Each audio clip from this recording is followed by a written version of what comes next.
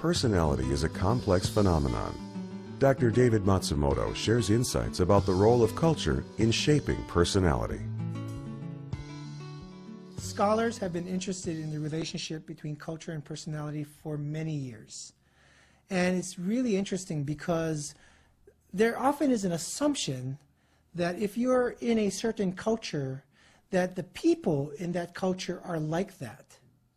And so many people, scholars, psychologists, anthropologists, and the layperson, have equated culture with personality. So it's as if you study culture and if you know what a culture is like, people tend to assume that the people are like that. So for example, the United States is typically thought to be a very individualistic culture. There are many icons about that focus on the self and I and personal choice, and that's very true of American culture. But is that true for every single person in this culture? Probably not.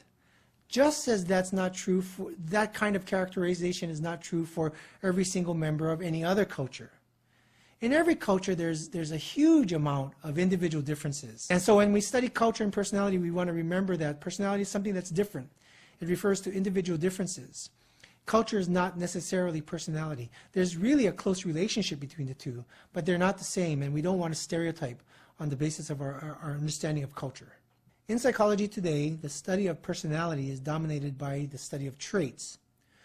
Traits are dispositions that we have to act or behave in a certain way or interact with the world. And the study of traits is really interesting because it allows for cross-cultural studies to be conducted very easily. So in the last 5 or 10 years, there have been many studies across cultures examining the structure of traits in our minds.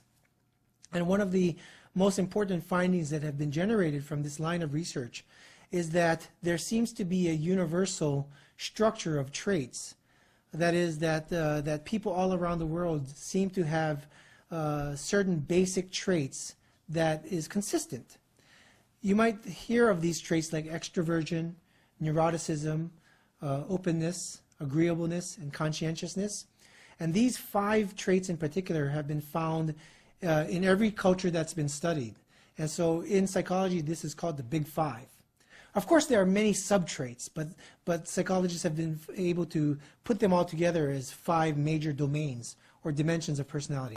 Many cross-cultural psychologists will want to say that, well, cultures facilitate people having certain types of traits. So one way to think about the United States, for example, is that individualism fosters people to be very extroverted and sociable and friendly, and that's why the United States has a high number of extroverts and scores high in extroversion. And it may be true that cultures facilitate or shape the traits. But there's a lot of evidence to suggest that there's a biological component to traits as well, that there may be some trait genes.